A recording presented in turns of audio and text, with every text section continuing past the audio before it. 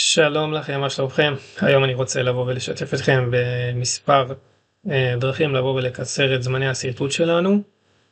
כמובן שיש הרבה מאוד טריקים ממה שאני הולך להראות פה, אבל זה מקבץ נחמד שאני רוצה להראות. כשאני מגיע בעצם לאיזשהו view מסוים שאני רוצה לתת עליו מידות, אז במקום ללכת אל הסרגל ולבחור מכאן את מתן המידות, אני יכול להשתמש בקיצורי הגלגל הזה שנמצא לי פה. ברגע שאני לוחץ מקש ימני בעכבר, לחיצה ארוכה, נפתח לי איזשהו סרגל של קיצורים שאני בחרתי בעצמי ויצרתי מראש, ואז אני יכול לעשות מיסוכים אם אני רוצה על אזורים מסוימים, לתת טיב נשטח מסוים על אזור שאני רוצה, לתת בלונים, פרדים, call out, all call out וכולי. פשוט במקום ללכת לחפש אותם כל הזמן בסרגל למעלה, אני יצרתי אותם, ואז פשוט במקרה שלנו כשאני רוצה לתת מידות, בצ'יק יוצא ונכנס ממתן המידות, ואז אני יכול להגדיר בקלות כמה מידות שאני רוצה. זה הטריק הראשון.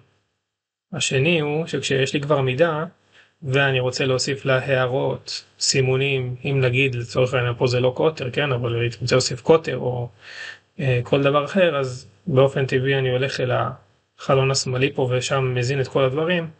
רציתי לבוא להראות לכם שאם אני לוחץ על המידה ונשאר עליה כמה שניות, אני אפתח החלון הזה שהוא בעצם מתרחב לאזור כאן, ופה אני יכול להוסיף הערות אם אני רוצה. אני סתם ממציא עכשיו הערה לא רלוונטית, כן, רק בשביל העניין. אני יכול להוסיף פה את הטולרנס. אני יכול לקבוע כמה ספרות מסרוניות אחרי הנקודה. ובעצם כשאני בא ומכניס את זה מכאן, אז זה מקצר לי זמנים. אני על המקום בא, מכניס, משנה דברים, מוסיף, ולא כל פעם לוחץ על מידה, ואז הוא הולך לחלון השמאלי ומקליט שם. דבר נוסף שרציתי להראות לכם, שכשאני כבר על מצב של מתן מידות, אבל אני מגיע למצב של צ'אמפר, ברגע שאני ארצה לתת פה את הפאזה הזאת מבחינת מידה, אני מקבל ערך שהוא לא לפי מה שרציתי. לא ככה מקובל לתת את הצ'אמפר מן הסתם. אז מה כן?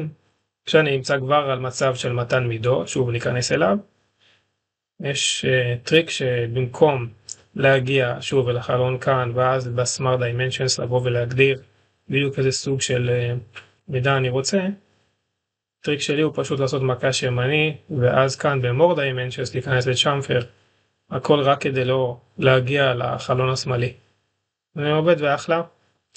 יש לי עוד כנראה עוד לא מעט טריקים וקיצורים כאלו, אבל בינתיים זה מספיק. אז נתראה בפעם הבאה.